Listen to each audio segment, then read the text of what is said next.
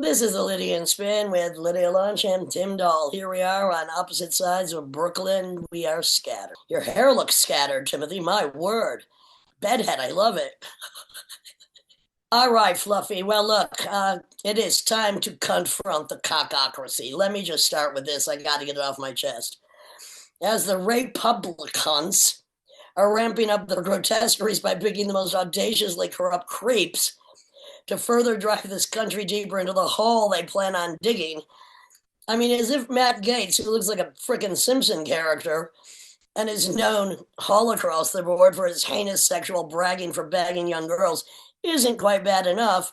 The orange ass clown picks Linda McMahon as education secretary. I thought they were getting rid of that department. An absolute idiot, if ever there was, not the least for being married to Vince McMahon for decades, another known sexual predator. Then we have Diaper Don picking his ass until he pulls out of it. That ex football idiot, Matt Whitaker for NATO. I thought he didn't want to be a part of that. For acting attorney general, who I don't know if you know one of his toilet scams that he had, which he had a company boasting toilets for men with well endowed penises to keep it from touching human waste. That's I funny. didn't know about that one. I think All we right. need. I think we need actually something that protects our cunts from touching human waste. As far as men like Diaper Don, Matt Gates, Matt Well, Whitaker. what about Doctor Oz being Oh, appointed to the head of like Medicaid and Medicare? So whatever. He's like a TB doctor and whatever his doctor thing it's is. But getting that's an better by the day. administrative. That's an administrative gig. He has no experience with that shit. Basically anyone who's done some kind of crimes that were friends with Trump are being appointed. So obviously, Linda McMahon, Vince McMahon's the husband, who's totally under it, totally in trouble for his weird shit. It's interesting. It's getting insane. But listen. Well, you know there are some Italian villages selling homes for $1 for Americans who want to escape. Listen, That's the Democrats fucking should have won easily, but well, they're look. I mean, excuse me. They're still counting some votes. no. They lost because they're total whores to corporate America. They're warmongers. They can't, and then they can't. So, the whole thing about like America first, drill baby drill. Biden's drilling of national land out Trump by tons, and of course he can't say, well, wait, I drill more than you because that's going to hurt the base. So there's a lot of factors. The Democrats don't lie; they just don't admit their crimes. Yeah, they omit stuff. I mean, for instance, Trump calling Jerusalem the capital of Israel. Biden could have reversed that. He didn't. The nuclear power agreement we had with Iran that Trump shat over and reversed. Biden could have reversed that again. He didn't. So you have to give the Democrats have to give us a reason to vote for him. Now, of course, I'm not a Republican. I don't see myself ever being one unless there's some real shift of things, because things do shift all the time. Turns out, but yeah, the Democrats I didn't really don't give like the any of them. campaign. I never have. They're all Yeah, bullshitters. Nobody with $1 million should be telling us the rest of us how to live. They have no idea. They're all in the pocket of someone, or someone is in their pocket digging deep. That is obvious with all of these choices. Whoever contributes the most gets my vote. That's the way it goes, which is not the way I go. I so like factism, not fascism. did you hear about this? And I hate this is a real piece of shit, but his final book, Henry Kissinger's Genesis book, that's out I heard now, and about it, but I mean, I speak about a cunt in the making. his final warning is superhumans taking over the whole planet, and that Yeah, we're not going to be able to compete with them. I think It's a it's combination. super stupid people, super stupid humans taking over the whole planet. Well, with AI, and then of course his theory is that the biological hybrid of humans and computers basically Well, I is the can't wait. only solution to competing with AI, Well, I and mean, maybe it's the true. term artificial intelligence says it all. I'll be right back. Okay, well, maybe I'll go in on something. I mean, it's all dark stuff. Like I got to figure out if there's a funny story here. I mean, one thing that will be interesting when you have a pro corporate, all these lobbyists that are just pro corporate who are corporate. corporate administrations. That's what Republicans are kind of confusing. Like, so they're into all of that, yet RFK Jr. Has been appointed, and he's going to do this health agenda. Yet they all took money from the junk food lobby. So I just don't know how that's going to work out. I mean, and the junk food lobby is really doubling down. So it's just a nothing but contradiction. Well, nothing's going to work out. Let's just admit this. It's all a lose-lose situation. All right, back to something a little bit more joyous. Sure. Not really, but David Tanasi, a professor at the University of South Florida, because Tampa has a large collection of Egyptian artifacts. So he analyzed I did not know that. A 2,200-year-old mug from Egypt with the deity Bes on it, who was kind of like a trickster, might have been a dwarf, said to protect women and children. So in this jug, they found traces of fermented alcoholic liquid derived from fruit, psychoactive compounds, combined with bodily fluids, human blood, breast milk, vaginal and oral mucus, flavored with honey. I know the next documentary is honey, sesame seeds, pine nuts, licorice, and grapes, which were commonly used to make the beverage look like blood. All said to induce prophetic dreams, which I think we could all use a dream right about now instead of the present fucking nightmare. Yeah, I'm down. Yeah. I'm going to dip in. Yes, you are. Thanksgiving is coming, and I can't think of anything better than my own bodily fluids to celebrate such a day. Well, let's talk about the Bloody Mary. Well, what's the best? What was the best Bloody Mary to your memory? Are you like especially on I know where it was. I know. Only at an airport, Nashville Airport, where they put pickled okra in it. Oh, but what about the time when we were in Maryland, but right across the bridge from Virginia Beach, Norfolk, Virginia, the raw oyster drop, delish in the Bloody Mary. So outside of airports, I would say Maryland wins. Of course. Montreal, there's these ridiculous ones, like they try to outdo each other, like Montreal with like a hamburger. I don't know what they have, everything on it, like a fucking the whole Vegas buffet in a fucking Bloody Mary. A meal in a mug. I don't know what to say. Yes. So as we were talking about, I just came back from tour, just like you did. But these brush fires in New Jersey and upstate New York. And I had to drive because my tour was basically the Northeast. I was kind of zigzagging everywhere. And I was like, what the fuck is going on? And it's like, wait, the Northeast, where we have this drought. And it's insane. Rain is coming. And also the bomb cyclone, Northern California, Washington, Oregon. I mean, 500,000 people without power in Washington right now. Atmospheric river coming soon. So that's going to be tons of rain, a lot of snow. We're going to get rain this weekend, wipe out those forest fires. What's next? Oh, yeah, let's not talk about the Caribbean. There's another, storm brewing there. I mean, like... it's pretty late for a hurricane. Okay. Not in my book.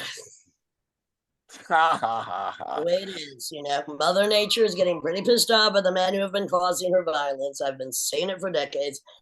Anyway, I'm going to wrap up this report because I'm tired for once, and I'm going to go lie down. Oh, cool. All right. Well, as proactive, interactive, hyperactive as you are, you do like to relax and chill sometimes. For anyone that doesn't know, I love the lap of laziness occasionally, and that's what I'm about to do. Turn on some really intriguing forensics and take a nap. So as Lydia chills out to forensics and, I don't know, maybe a little sip of something and maybe a nice bed to lay on, and maybe say that a cool fan because she's always hot. Okay. I have the fan on, it. This is the Lydia Spin featuring Lydia Lunch and myself, Tim Dahl. And who's our guest this week? We've got a place to bury strangers, Edward Ackermann, with his death by audio devices and the history of his making a community in Brooklyn unsafe for the average listener some years ago. His synthesizer album jacket. Absolutely, cool. Very cool.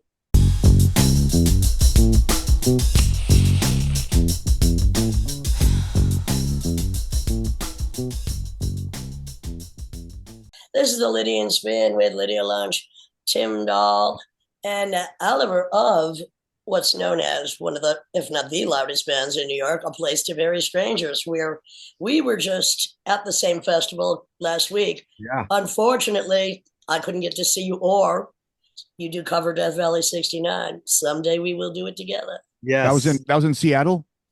Yeah, that was in Seattle, and we played it for Halloween just to be like, oh yeah, we still remember how to do this. And so when there was the chance that like our paths could cross, we were like, fuck, this would be the best opportunity to make this happen. So Well, and what's cool. sad is your next show, the only one I saw listed, is December 6th in New York, and Tim and I have a date that night with Azumi. We're competing shows, competing. Oh Again, yeah, come on, we got to get this I know. together Come on, now. yeah, definitely, we got We to. we've been Yeah. running around each other for too long here, so I don't know what's. I mean, right now I'm in Silver Lake, but are you in Brooklyn? Yes, yeah, I'm over in Brooklyn. So yeah. Tim's in Brooklyn. Well, I'll be I in just got Brooklyn back. tomorrow at midnight. I'll be in Brooklyn, so we'll all be at least in this. Brooklyn's huge. Yeah, there we go. Make it happen. You Oh got to yeah. do something. So Sick. anyway, you just your seventh album, many EPs and singles, has just come out. Synthesizer, rather unusual name for guitar-driven maniacs like yourself. Do tell. What does the title mean? Yeah, so we made like the actual album cover itself is a circuit board and you can build it into a synthesizer. And so we just Wait a minute. Okay, hang on. That concept already is mind blowing. One more time. The album cover itself yeah, it's is a a circuit board. And so you can then put all the parts on it and stuff and build this crazy noise synth. And we've been like playing with these things live at our live shows a lot, where we'll build these crazy synthesizers into like all the cases that we bring everything else that we bring with us Oh, in. cool. Even like the stuff that you bring is an instrument that you can grab, and or like spring reverb and like guitar cases and stupid things like that. And then so this just seemed like the right idea to kind of make this into that. And then when we developed the synthesizer that was going to be the album cover, we then took all that album cover and recorded on every single song on the record with that synth. it's so Cool. amazing because I mean also one of your the main thing you also do is all kinds of noise pedals, guitar, Yeah. bass, voice. By the way, we'll Well, talk to you about not the just all way. kinds. Death by Audio is a internationally sought after Absolutely. company. It was a club. Was a club. Was the pedal was this pedal company named after the club or the other way around or at the The same club was time? named after the pedal company, Okay. but it's like, I had started this company, Death by Audio, to just like make some money real quick at a time in my life when I needed to, and was like, hey, this sounds cool and crazy. And then I would still be making these pedals as like a little side gig for other jobs and stuff I was doing. And then I was the one who found that space that turned into the venue and all of that. Yep. And invited a bunch of maniac friends to come in and live in some weird fucked up art space, and then was just sort of the glue to kind of make that stuff happen. I think I played the first show. Was the first show the one that was a double stage, and it was the guy from That was the first show when we got the other room. when you got the other room. That's Okay, my so audio room. So that was like there was a time where we were throwing some shows in the back in the living space. yeah. And there was like some ridiculous like CMJ show or something where it was Okay. like known as like the show not to go to or something like that. But like way too many people showed up. There were like people pissing in the hallways and doing all sorts of crazy shit. And then Rude. Piss in the alley. Come on, whatever. piss in the alley. No, that's a good show if they do. But so then our landlords had this big talk with us, like, whatever you do, don't do this again or some bullshit. And so then when we rented that other space, we were like, hey, can we throw shows again? And they were like, well, maybe or something. And we were just like, let's do it, We did it. How long did the club go for? I mean, I went to a few shows there myself. Yeah, we had the whole space from like 2005 to 2014. That's But it wasn't amazing. until like 2007, I think, I want to say, when we got that other space. We got the other space, and what was interesting about it, unlike most DIY spaces, it improved. So no, because like Eden, for instance, Yeah. didn't know anything about sound, but because he was doing it all the time, he got better at it, as you should. And you guys kept on working and tweaking the sound. And here's maybe the controversial point, because it was a blessing in disguise. When the seeds to gentrification were kind of blooming to take it down, when you guys actually had to do shows on time, it actually did get better because I remember headlining like on a Tuesday night, and then we would go on at like 3 o'clock in the morning. Everyone had left at that point, so kind of cracking the whip was kind of also when that place really started accelerating in terms of just the general public's eye of the place. Yeah, I mean, we were people who had no idea what to do, and you kind of just make those calls in the time in the night, and you're like, "Oh, nobody showed up. Fill the place full of smoke or something." And just go with the flow of these things. But we wanted to make it a better space, and then you just hear, we're there hanging out with the people who would play these shows. You're there, and you hear from the people who are coming to this stuff. We were there to be a space for all of these people to do whatever they wanted to do and just facilitate that. So as you hear like, oh, this, you're listening and some guy said it sounded fucked up. You're like, oh, let's get a better PA, or let's figure this stuff out, or what can we do to make it better? Because, a bunch of us were either in bands or just, lovers of all of this stuff that was going on. It just seemed, we should be reinvesting back into the community. I think also like I've just always been the type of person where it's like don't care about money. You know what I mean? And I feel like it's more important, like just the value of, your friends and this kind of stuff and what kind of cool shit you could do. So it was always with the mind of like, what's the most fair thing? How can we separate this to like pay the people who are doing the door the most money? Or where can we give, all of the money would go to the bands who came and played the shows and stuff. We'd play at some crappy place in Manhattan, and you see that they took like $250 for some sound guy or something, and you're like, this fucking sucks. Well, So you're like, what's great, oh, what's so great yeah. about that concept and that attitude is twofold. First of all, it's a great concept, community based, great attitude. But then you also did figure out, because you're pretty freaking smart, how to make money, like with the pedals, which everyone needs some kind of pedal. You need a bass pedal, voice pedal, whatever. So that's what was particularly clever about that concept is, but come on, we love the commune concept, but somebody's got to be making some capital. No, totally. And and you have to just be like kind of, work your sort of business in a way that works out. Like we were also, we were selling beer at the and that was Sure. making money to where this would make the show space run. You know Yeah. what I'm saying? So that was our plan, and if nobody bought alcohol, then we would have had to change it around, and maybe we would have taken 10% of the door or some Or sold bullshit. coffee or something. Yeah, or sold coffee or whatever, made Whatever. something or other. But it's You like also had a secret swimming pool on the roof, correct? What? we did for a while. It wasn't ours, it was the landlord's. But it was Okay. like they would have their like, bizarre like, I don't know, their vacation away from like their wives or something like that to all On hang the out roof? on the roof. It was like, one of those kind of buildings in New York, which is definitely like run by some whole other sect that doesn't follow the laws of everybody in the US. And that's even one of the only ways that makes these things possible. I know other people who had DIY spaces, and because they didn't have the type of landlords who could really like push some sort of muscle in the city, they would get shut down or they couldn't make this stuff happening. Like more than afraid of being from the police, we were afraid of our landlords. Yeah. And Sure. in a way, it's just like, they could kind of make whatever they want happen. And, maybe it's part of like some sort of, mob mentality or something. If they Were didn't there like it, why secret would were there sorry, were there secret tunnels there like glass lines? When you in the back rooms, could you connect all together? I never really went in the heart of darkness of that building. So like there was a door that like it changed like who, rented all these different spaces, but you could from that door like go to Glasslands. But at some point, like there was some guy who was running some movie studio out of there. Like then it was totally off limits. He set like a Doberman pincher loose in there and stuff and would like tell him to attack everybody who would go in there, And so it just depended on who was the landlords at the times. But for a while, like we even rented a little bit of that space and we were trying to have these practice spaces back there for a little bit. And then that directly connected with Glasslands. But that idea kind of failed and stuff. And so, we're just a bunch of kids with all a bunch of crazy ideas and everybody's supporting whatever stupid idea anybody had. But yeah.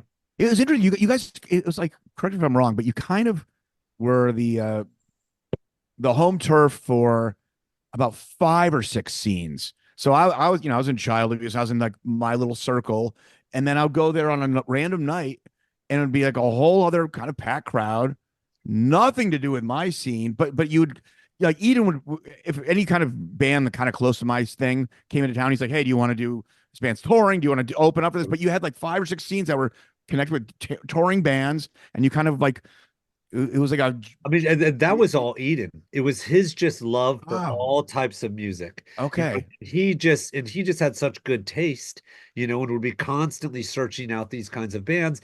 It would just ensure like, hey, if there's even some jazz show or something going on, it was Oh going to be yeah. fucking awesome. So, You for could just, those that don't know, yeah. who was Eden? Yeah, he's one of the guys. He moved into the space at one time. He was working like I think a door for like Todd P, and then Yep. kind of doing some booking and stuff. And then he moved into the space and then took over Okay. the warehouse, and he did sound every He single was night. he was basically the music manager, the concert Coordinator. manager, and it's Yeah. funny because Todd P would have who was a kind of a legend promoter, DIY promoter. He had all these kind of interns and all stuff, and Eden was one of them. And I remember I asked Todd for this show, and he goes, "Oh, I'm booked on this night, but contact Eden." And I was like, "Well, now I'm dealing with Eden for now on. Nothing against Yeah. Todd. Yeah, yeah, But Eden was so good. It was so yeah, good. Nothing against totally. Todd. I like Todd, Yeah. but and because I think that first show that I played, the one where you guys had the whole space, was technically a Todd P show. Probably, yeah, I think so. I think he Yeah. booked like some of those first shows and a lot of that. And we had like Todd P's PA and Todd P's stage for a little while and stuff until we Was built it. Todd P. Transpico, or was it just place he booked, or anything to do with that, or not? Yeah, I think he still has that Oh, space. Okay. he's got hands. He's also got a Market Yeah, Hotel. He's got his yeah. hands in a lot of things. Okay, so he's still deep in it. Oh yeah. Yeah, and he was That's like, one of the guys who was such a voice and forward thinking on so much and demanding that this stuff happen all over the place. He would just make it work. And, I mean, it would maybe, cut some people the wrong way or something, but I think it was such an important thing to just get these shows happening all over the place. And he could also, he didn't flinch when the fire department or cops showed up, and the shows rarely were shut down. He knew how to talk to them. Yeah. He knew kind of how the city knew certain names, and he could just calm down the situation and see it through. So, Yeah, executive function, basically. yeah. well, and also, I mean, everything that we're talking about the ability. It was part of it was the time that you were doing it. Yeah. Because right now, I can't even imagine the possibility at this point. I mean, very difficult. I mean, I don't know about A Place to Bury Strangers or what their tour schedule is, but both Tim and I mean, mostly we have to go to Europe to I was in Europe 4 times this year to get gigs. And right now it's Totally. very, and not that there aren't places to play in New York, there are, but in order to get that on, when you have that concept to do the community, to do that, or even for me, curating shows, like there's a few opportunities, but you came there with a concept because the time allowed, you were able to successfully and stubbornly carry on. I mean, it's just with the help of a bunch of people. Yeah. The same kind of thing. If you've got a team of people who is making this stuff happen, it was also like, everybody else who lived there and stuff, like Yeah, Matt Conboy, exactly. did so much of this stuff. Greg Wilson, all of these people were helping out to kind of, make all of these things happen. And if they couldn't, if Eden had to go out of town or something, someone would fill in for that stuff. And then you get a great community of other bands and stuff all around too, of everything helping. Also, Oliver, I think it was kind of the 2000 zeros was this kind of sweet spot for the internet where it was used as communication and information trading in a positive way where people would come together as opposed to it basically collapsing on itself and staying on your couch and looking at a screen for fucking 10 Yeah, hours. totally, Exactly. totally. Yeah. Yeah, So I mean, it was, let's go back a little bit before that. So who from the band were you in Rhode Island before? Did you come I from Rhode Island? was. Yeah, I From the Rhode mean, Island School of Design? Who came from the Rhode Island School of that's Design? me. Yeah. And what Yeah. did you study there? What were you doing? Industrial design. And I went there, it was like from 95 to 99, or lived there until like 2000. And it was just like for me, it was such an eye-opening experience and stuff. I was like just some outsider kid and even younger, just because I was a couple grades back from all of those people like Lightning Bolt Yep. and like, landed in airborne radar and all that stuff and Black Dice and stuff. We shared a practice space with Black Dice and stuff, but just kind of being like, whoa, all of this stuff is fucking nuts and so crazy all around me. And then, like they were all these art warehouses like Fort Fort Thunder Thunder. and Yeah. stuff. And, all of these places that was just like absolutely amazing and just so eye-opening of like, fuck, these people just built whatever the hell they wanted here and turned it into, what I don't know, whatever they dreamed really. And so, and then the shows were just so off the hinge bananas, where it would be like, it's a show, it's just a wrestling show. Yeah. All these people, like someone happened to cook 20 pounds of spaghetti, that's their wrestling costume and shit. It's just like so insane and so awesome that it was like, I don't know. I just kind of instantly, once I started to kind of find out about that stuff, I was like, I got to live in warehouses. So This is where it's what really does at. industrial design what does industrial design mean exactly? I mean, I was like the oddball in the group. I should never have probably been there. I even had teachers pull me aside and be like, you need to get out of this program. It was like so straight and like really strict. And it's about like designing products or things that like work with people and stuff. Right. It could be like designing car engines or something, or like forks or electric But you must have toothpicks. taken some of that knowledge then to do all the Totally. pedals and stuff. So like Yeah, for I want to sure. build something, but not a car engine. Yeah, I mean, at least it kind of like, there were classes which were called things like metal, and like wood and stuff like that. So at least you kind of like realize like, hey, I can build anything if I put my mind to it, and like there's always a way to figure this stuff out. And, I built a lot of crazy projects and like hurt myself with lots of tools and shit. And then you realize like, I don't know, hey, it's not so bad to hurt yourself in some ways and stuff. So, But with electrical engineering, you can there's hurting yourself, then there's electrocuting yourself. Yeah. yeah, I mean, and so some you can electrocute yourself very safely. We all probably know on tour getting shocked from Sure, Oh, I have. jeez. you're like, this sucks, but you can make it through that experience, so. I don't know. So yeah, it was a lot of that stuff, and the electrical engineering, I just took interest in that in myself. Like I had this band that I was in high school, and we tried to do everything. We would try to tour, we would try to, print our own t-shirts and flyers and all this stuff. And so that taught me like how to silk screen and all of this. And we built practice spaces and recording studios. And then that like taught me like, oh, we don't have any money to buy any recording equipment. How can I make this shit from Radio Shack work? And then you start taking that stuff apart and building it into other things, and just getting comfortable with all of that stuff. And decades later, you end up with an album cover that you can actually make a synthesizer There you from. go. Yeah. And so Genius. so it's kind of modular. I assume every album cover is the same is the same design. And Yes. so, but how much does that allow you to basically add whatever? I mean, is there very Well, specific? Are there limited permutations that you can do with this, or is it really open? I mean, it's totally limited. It's exactly designed what it is. So it's basically like it's this kind of drum synthesizer. It's these three oscillators. It's this oscillator which is controlled by like an input signal, like a guitar or something. So you can like guitar synth kind of thing, and then two delay lines. And Okay. then so it's like we basically just took a bunch of circuits that we knew would kind of work and we'd been working on over time and slammed them all together, because I just knew that like, these projects, when it's something kind of as grandiose as this or whatever, it's like it takes longer than you think. How expensive is this record for like someone like me if I wanted to buy it? It's So kind of a plug, but yeah, it's $45 for the not record. so bad. No That's not biggie. so bad. But if Nothing. you want to buy all the parts, that's Wow, that's another different. I 90 bucks or see. something like that, Oh, I'm So, come on, yeah. still. No, 90 bucks? do you have one? Do you have one on you right now? I kind of want to see it. Let me, I'll go grab it. I'll grab it. Oh, yeah, Okay, yeah. I'm going to grab a drink. I'll be right back. All I right. already grabbed. I'll chill here and wait for you guys. So yeah, here's the synthesizer built Oh, awesome. in the thing. And then how flat is that? Okay, okay.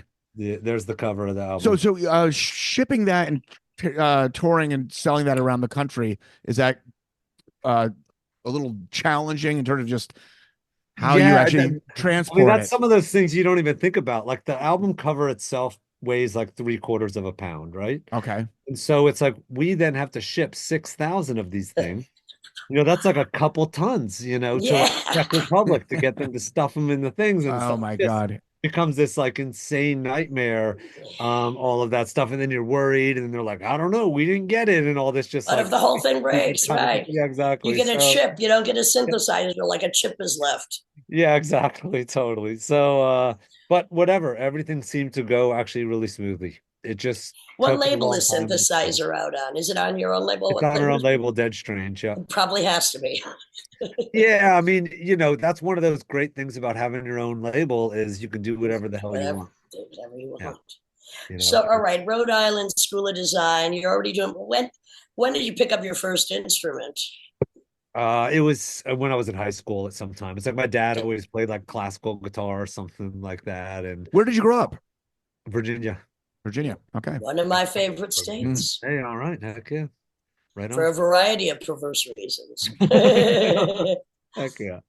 Yeah, Look Virginia, up. it was cool. It's just, you're out in the middle of nowhere, kind of thing. There's like rivers and All right, so That's valleys. great when you're a kid, though. I mean, come Yeah. on. I mean, we need nature. Yeah. Do you go back there a lot? Yeah, my parents still live there, so we go back there and what Can I area? can I come can I come with you next time? yeah, anytime you want, for sure, of course. All right, Everyone's invited. pick, Yeah. pick me up. I'm down to go.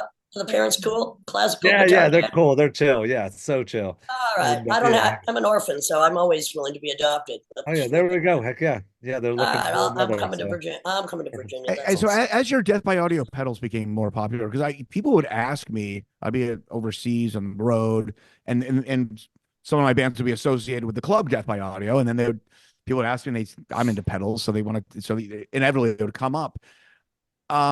I know around that same time, a lot of other independent pedal companies were kind of blooming, and some of them kind of grew too fast, and it was like overwhelming. How did you skate the independence and the success of this company?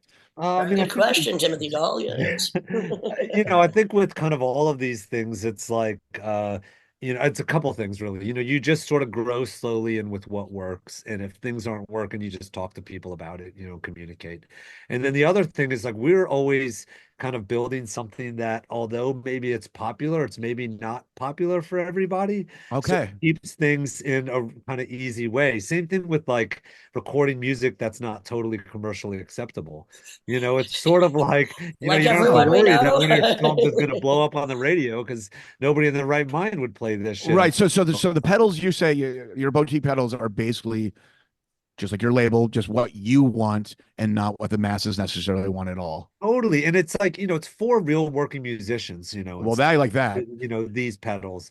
And so it's kind of like not necessarily the flashy gimmick or some bullshit that somebody else is trying to, throw at you. And, we also never spent money on advertising or anything like Right. that. Word of mouth. Or any of this stuff, it's all like word of mouth or, whatever. But And you then have quite an array of different pedals now. I mean, you have totally. quite a variety, Yeah, totally. And which and is now there's amazing. like a bunch of people who work here and that helps them support themselves. We get like all these really smart kids from like NYU and stuff like that who are all just sitting here doing calculations and all sorts of awesome stuff. And Yeah, but so the thing is though, because like arguably, of course, Moog is this giant or is this legendary company, sure. but I know they had to stop making. Well, now they sold it to China, but they had to stop making those Mogafogers because it was just harder to make these boutique things. I still don't know the sweet spot of being successful and making something that's esoteric and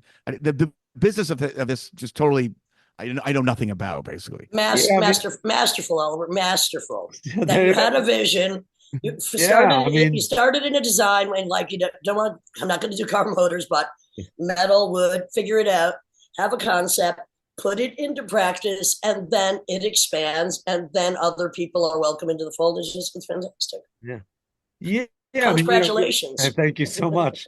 Yeah, you just have to be like willing to adapt with all of these things, and then you also have to kind of be smart about what you're building with this stuff. I don't know what Moog did and where they went wrong with that particular project. You know what I mean? It could have been that they didn't realize that like they needed this one engineer to build this stuff, and without this guy, they're useless or something. I don't really know. Or not knowing But what it's the like next step is towards the yeah, next or they designed progression. it too precise to where they have no margin of error. That's just the kind of things that probably I learned as well at RISD and stuff too, is where like, if you're designing like a hat or something, you make the image so it can fit easily, even if you fuck up the silk screen. You know, it's just like those kinds of things where you sort of like build in these bits of error into your project. I mean, I've had built so many pedals in the past too that were like nightmares and failed, or something that, you know, you tried to, you know, put all this money into this dumb idea and it, you know, flopped or something. So it's like, you know, you go through those different things, you know, but you know, you just always got to like craftily figure out a way to save these things too. I mean, that's like a creative problem too. It's just like, how do you keep the business Well, going? How do you instantly make $10,000 in one weekend or something? You Yeah, can well, well, brainstorm these Oliver, ideas and but hang on. Also, the key, which is why we're talking to you, and exactly what you're saying. The one side of it that keeps independent artists who must create something going is you have to be stubborn. This is what you have to do. This is what you're born to do, and it's not for everybody to figure out these concepts. Like you might have a concept, but I always say if you don't have a vision, don't give it a fucking sound. You had plenty of vision. You gave it a few different sounds, and there we go. But the thing is, the whole part of the Lydian spin is just featuring people that are stubbornly, independently, relentlessly continuing on the path they're meant to be on. That's Oliver, just important. we're gonna have to talk, Oliver, because see, yeah. I have a deal with Eventide, and I designed a pedal, but I'm not an engineer. And Oh wow. they were kind of interested. I didn't make it. I just came up with the concept Sure. of the design. Yeah. And they're like, they want their shit to be more complex. It's actually maybe too simple, but it's also Oh kind of yeah. weird. It's kind of weird. Yeah. I'll share that with you. But I have one engineer from them from who's not a developer, but that he's like, oh, maybe we'll find another pedal company. Your company might be the one, but Yeah. we talk I later. mean, no, that could be awesome. Yeah, that could Yeah. be great. Yeah, one thing, like to your point, Lydia, with all of this, I think it's like so important. And what drove me for all of this stuff is you have a goal, you have a hope, a dream, something you want to do. You know, you want to be in a band, you know, that gets to travel around or whatever, or you want, you know, to write an awesome song or whatever the fuck it is, you know, or something like that. That's enough drive to figure out the rest of this stuff. You know, For you some of need us, to, yeah. For yeah, you some of know, I us, mean, yeah, you know, I mean, but you have to have something that like yeah. you want to create this pedal that does X, Y, Z. And so you'll figure out what that is to make that happen, you Yeah. know? And so it's like without that kind of like idea or that vision or that hope or that dream, then you know, yeah. You know, without it burning in your blood, the need to create, you just stay in the garage and, practice the rest of your life. Yeah, Yeah, probably. that's got to be burning. It's got to be an internal burn that gets you beyond the Yeah, garage. totally. So how often, what's your ratio of working on pedals versus touring in any given year? I don't, maybe 50-50 or something like that. I don't know. But I mean I try to work on pedal stuff even while I'm on the road and I do Okay. that stuff, but we do play, I don't know, 130 shows a year or something like Well that. done. Amazing. Well done. And what's the divide between Europe and the States on these shows? We try to go to the craziest places we can. So as Yeah, much as we possibly can, you yeah. know, we'll be in Europe, which is very easy for us to get over there in a way because we've been years of doing that stuff and Yeah. everything. But like this year, like we went to China, it was awesome. If you can go to like Mexico and stuff, that's awesome. If you can, you know, any of these kind of tours, South America or something, Yeah. awesome. And then we try to go to crazy places in Europe too. Like this year we went to like Jordan and stuff like that. So Amazing. Wow. yeah. Wow, that's amazing. I mean, I have a promoter in Europe who's like, "Are you interested in going to China?" I go, "I think you can't even Google my name in China." I'm Well, yeah. not Well, sure. it's funny because I just got off the road with Kawabata Mokoto from As a Mothers, and he's banned in China because And and I so might because be too. Yeah. well because he wants to book a tour with me in 2026 and blah blah blah, and it'll be all throughout the Far East. But he's like, but I won't be able to No. go to China with you. And yeah, it's a whole other that's a whole other Yeah. thing. Yeah. But us, no, amazing. I mean, look, you play where you can play, and you want to go everywhere you haven't been before. What about Yeah. Antarctica? I would Antarctica. love to, but I mean, I don't know who else would want to come with me. It might be solo acoustic tour or something like that. I do because I'm always so hot. I could actually use an Oh yeah. iceberg on my ass, Oh, yeah, all right. boiling, Nice. constantly boiling. Perfect. But I think I just fear the sound we would make could shatter the last remaining Yeah. Oh, icebergs. there I'm you not. go. Yeah. Right. Yeah, we can't go with the kind of volume you're used to putting out. I Yeah. think we just kill a polar bear, shatter, Oh yeah. scare the There we go. seal if there are seals left. Yeah. We can think about it. It Women on is. back. It's a nice. So how quickly did you? So you left Providence in '99, right? Is that what you said? Yeah, 2000 or something. Yeah, And came right here no, to I New York. actually went to Virginia. I was going to try to continue the band that I was in, and then I lived there for like a year or something like that. And No, you had to get out though. and a friend was like, "Hey, do you want to move to New York?" And I was like, "Yes." And so instantly we just moved up, and yeah, it seemed like the right thing to do, because to just get the hell out of there. I didn't want, what I mean? It's like there's nothing kind of going on there. It's like No, you always, gotta move. Yeah, I you mean, got. there is cool stuff going on there. It just wasn't the stuff that I wanted to do. No. I wanted Right. like, to be with like artists who are trying to make crazy stuff and all of that. And it just like the times we'd come up to New York, this is be what was happening, and so it seemed like that's the right thing to do.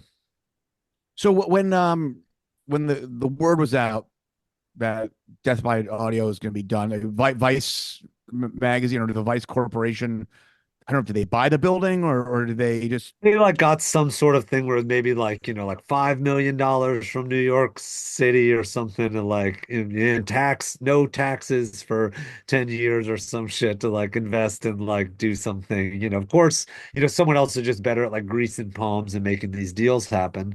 And then they just went to our landlords, I think, with a deal that they couldn't really refuse, and was like, we'll give you $2 million or whatever for this building area or something. And just kind of made it happen. And so we were kind of lucky where it was like the landlords were like, sorry, that's it, guys. This is it. And we were like, oh, fuck. And then we're like, can we extend it until November 22nd, which was my birthday?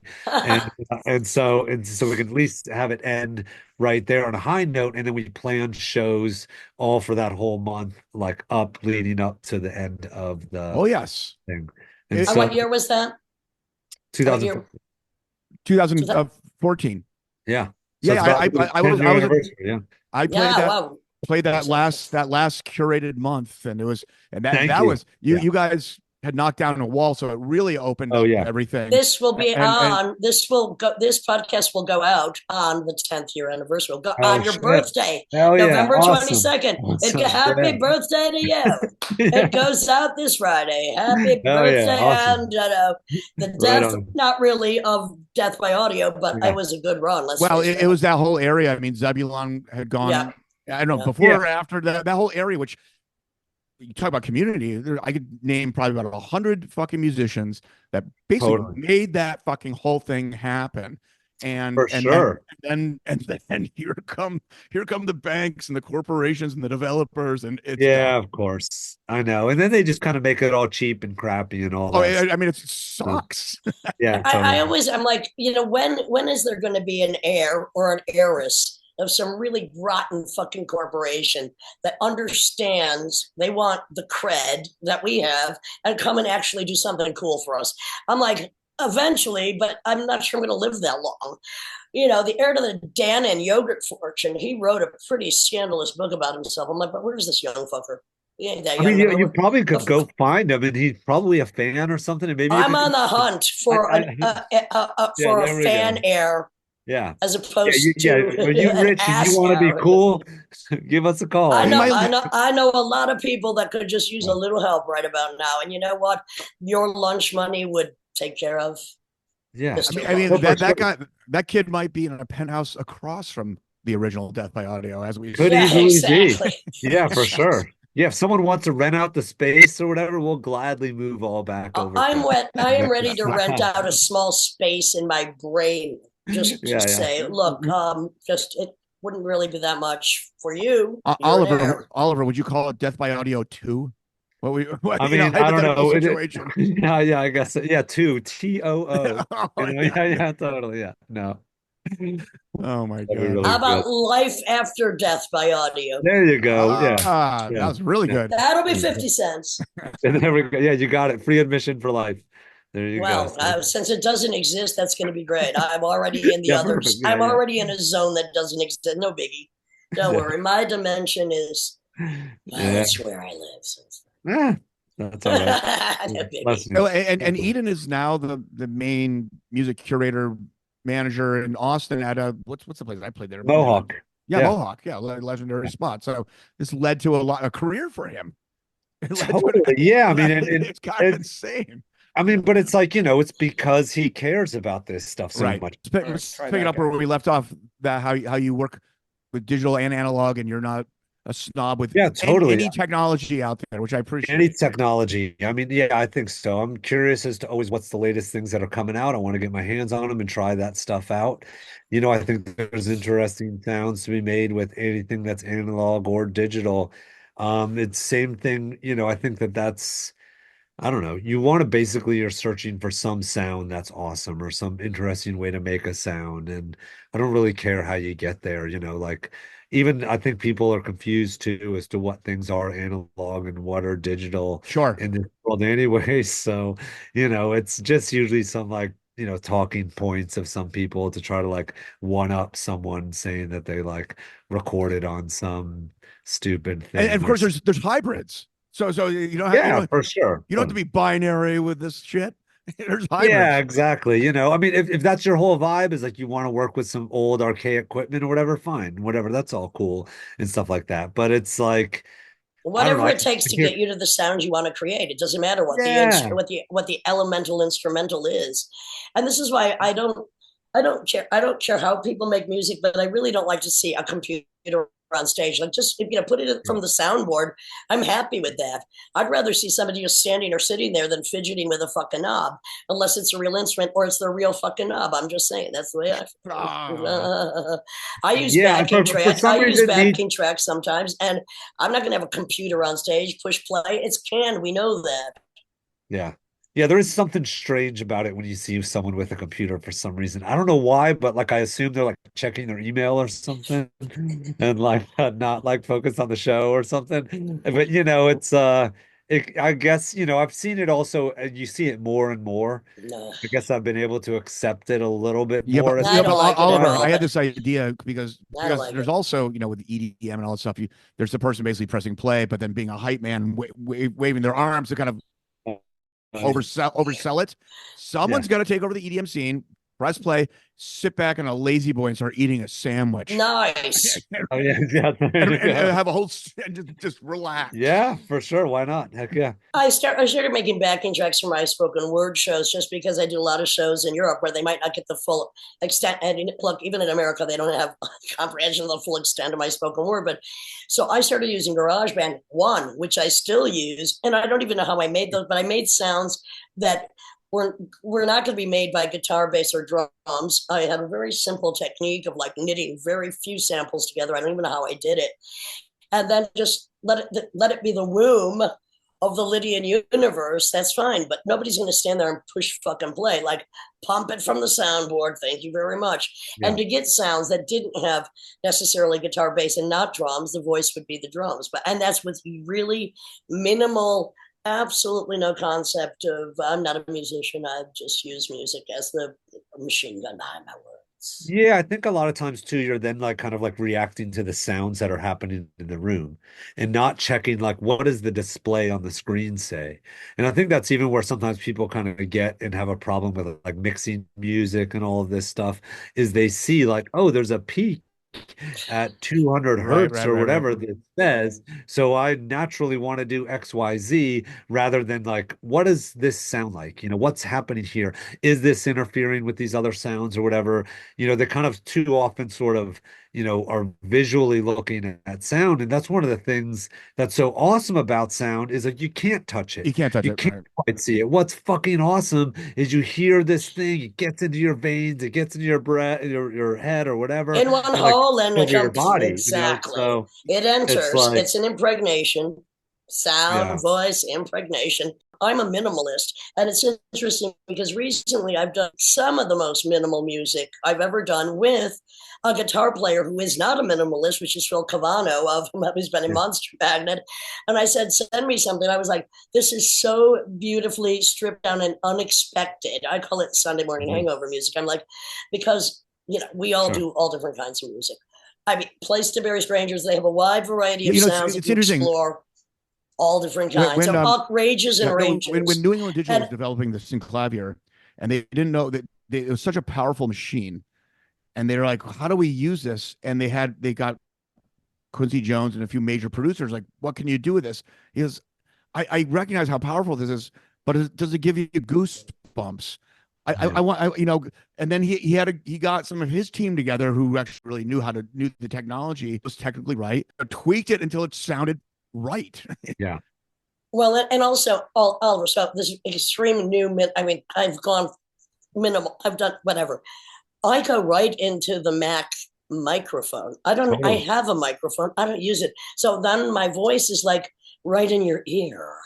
And that's, giving you goosebumps. Blew me away. This one of the roommates said I had audio. She recorded this album that was fucking wicked. I was like, oh my God, this is so awesome. I had no idea you were even a talented musician or whatever, this girl Alana. And I was like, how did you record this? And she was like, everything was just the MacBook microphone. That's all you need to know. And that's all, like, I think the most important thing, all of these people who are out worried about gear and Oh, neck gear or whatever, you don't need it's any of not going that to matter stuff. how you made that sound. Yeah. Overproduction is the curse of good music. Yeah, so often. I mean, I have killed songs. Well, keep it simple, stupid, as the Navy SEAls say. I'm Yeah, just saying. Sometimes you Have, got to have you, yeah, done this simplify. song. have you messed with AI in any way with your? I did try to. I was like one of those programs. Maybe it's called like Splice or something Yeah, like that. You I know ever about it. used anything like I that? haven't used it. Yeah, and so I mean, I just like I went through the tutorial and then recorded like a couple, maybe one jam session for like a few hours of. But it's also like I don't know, kind of sucks the life out of a lot of this Yeah. most, lively, expressive music ever in the world. I mean, we've done this also at Death by Audio where people like write a song about Death by Audio and it's fucking spot on and nuts, where they'll talk about the pedals and all this shit you didn't even prompt the AI to do. Right. So it's like, all of this shit is so deep and so devious. Well, Great, Oliver. Great to talk to you. Yeah, great Oliver, to talk Oliver. to you all. And I have your email. I have your email, and I'm going to contact you Yes, about please. the pedal design. Don't give us more to edit. This is the Lydian Spin with Lydia Lunch Tim Dahl, and there we go. It's been a real joy, and I will see you in Brooklyn.